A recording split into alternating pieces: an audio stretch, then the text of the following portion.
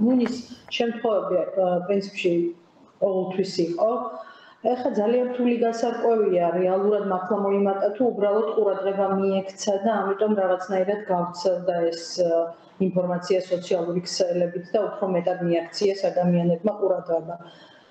უშუალოდ პაციენტების რაოდენობა კონკრეტულად ჩემს მაგალითზე არ გაზრდილა, თუმცა თქვათ ესეთი შეკითხვების რაოდენობა ნამდვილად გაიზარდა, ანუ ბევრი მეკითხება მუნის შესახებ.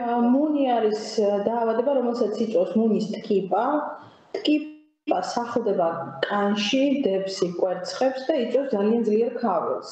ქავილის გარდა მეორე სიმპტომია გამონაყარი, რომელიც შეიძლება იყოს პატარა წითელი შემაღლებული უბნების ან ძალიან წვრილი ბუშტუკების სახით. გამონაყარი ძირითადად არის ხოლმე ხელებზე, აი უფრო თითებს-შუაა ტიპიური და ადამიანს ისეთი ძლიერი ქავილი აქვს, რომ ხშირად ნაკაწრებიც აქვს ხოლმე.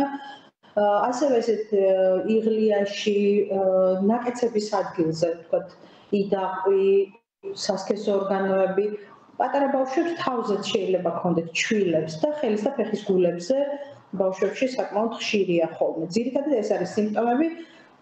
ტკიპას კანში შეჭრიდან დაახლოებით 4-6 კვირა შეიძლება გავიდეს და სიმპტომები მერე გამოვლინდეს, თუმცა ამ დროსაც გადამდებია ადამიანი, სანამ სიმპტომები გამოუვლინდება. რაც შეეხება გადადებას, გადადებისთვის ესეთი ერთჯერადი მცირეხნიანი კონტაქტი საკმარისი არ არის, არც თუ ისე ადვილად გადამდები ინფექცია. ეხლა ამჟამად პანიკაა და ბევრი ნერვიულობს აი ტრანსპორტში ხელი რომ მოუკიდო რამეს. არა, ასე სწრაფად ეს არ გადადის. მჭიდრო ხანგრძლივი კანით კანზე კონტაქტით გადადის და ასევე აი ქსოვილებში ხდება ამ ტკიპის ჩარჩენა და ტანსაცმლით, პირსახოცით, თეთრეულით. მცირე ასაკის ბავშვებში ზოგჯერ რბილი სათამაშოებით შეიძლება იყოს გადაცემის გზა, ანუ მყარი ზედაპირები ნაკლებად საშიშია, უფრო არის ესეთ ქსოვილი და ფორიანი ზედაპირი, სადაც ტკიპა შეუძლია რომ ჩარჩეს.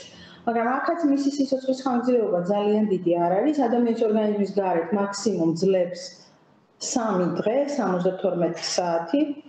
აი ამიტომ როცა ოჯახის წევრს გამოუვლინდება ხოლმე მაგალითად ან სკოლაში ან საბავშვო ბაღში, რა თქმა უნდა პირველ რიგში რაც ირეცხება, უნდა გაირეცხოს მაღალ ტემპერატურაზე. მაგრამ ვისი გარეცხვა შეუძლებელია, ასეთი ნივთები უნდა დაილუქოს, აი ძალიან კარგია მაგალითად ისეთი შესაკრავიანი ცელოფნებში, ან მჭიდროდ ცელოფანში და 3 დღე უნდა იყოს ამ ცელოფანში და ასეთ პირობებში უკვე ტკიპა კვდება და აღარ არის საშიში ეს ნივთი გამოსაყენებლად. დეზინფექციას რაც შეეხება, აი ესეთი ძალიან მასიური და აგრესიული დეზინფექცია არ ჭირდება, ჩვეულებრივ გადაწმენდა ზედაპირების საკმარისია, როგორც ვთქვი, მყარ ზედაპირებზე დიდად ვერც ძლებს ეს ტკიპა.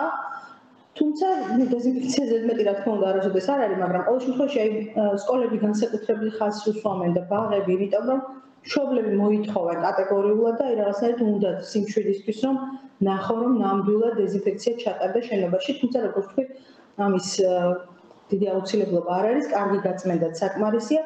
პირველ რიგში როგორც ყველა ინფექციური დაავადების დროს აქაც ხელის კარგი ბანა არის ძალიან მნიშვნელოვანი და ასევე ზოგადადაც ეს კარგია რომ ასე მოვიქცეთ და განსაკუთრებით მუნთან დაკავშირებით, თუ მაგალითად არ გამოვიყენებთ აი ესეთი რბილ საგნებს, ქსოვილებს, ყოველ დაუშვებელია რა თქმა უნდა სხვისი ტანსაცმლის და პირსახოცის და ასე შემდეგ გამოყენება. მუნი არ არის კიდევ მეორე რაღაც ესე ახალი ჩამოვარდნილი დაავადება, სულ იყო შემთხვევები.